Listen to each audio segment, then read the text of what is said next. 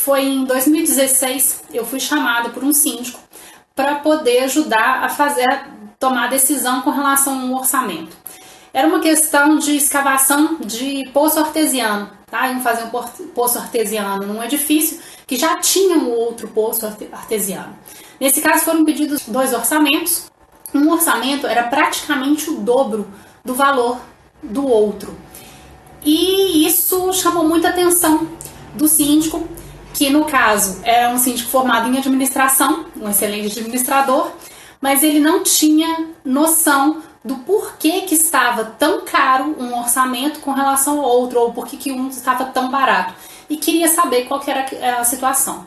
Então a gente pegou e foi analisar os orçamentos. E acontece o seguinte: quando a gente está fazendo orçamento, né, escavação de poço, o valor da escavação faz muita diferença do tipo de terreno que está sendo escavado. Um dos fornecedores que passou o orçamento, ele já tinha trabalhado na região, então ele já sabia qual que era o terreno da região. E ele passou um orçamento que a escavação era exatamente do terreno que tinha.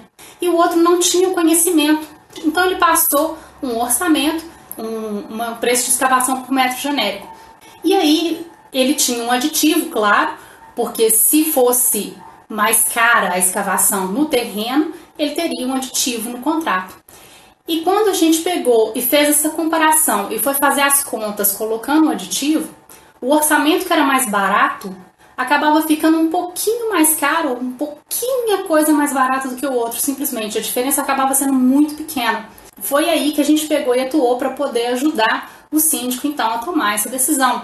Nesse caso, não era má fé de quem estava cobrando o orçamento barato, era simplesmente uma falta de conhecimento do caso em si, tá? A falta de informação que ele tinha. Eles tinham experiência em escavação de poço também.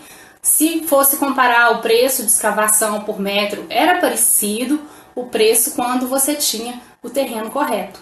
Tá? Então essa era uma situação, falta de informação. Então tem que prestar bastante atenção quando vai pedir informação, né, do orçamento para o prestador de serviço, qual que é o escopo que você quer passar. Então prestar bastante atenção no escopo. Se todos os escopos estão iguais, se todos estão falando da mesma coisa, todos estão falando na mesma linguagem.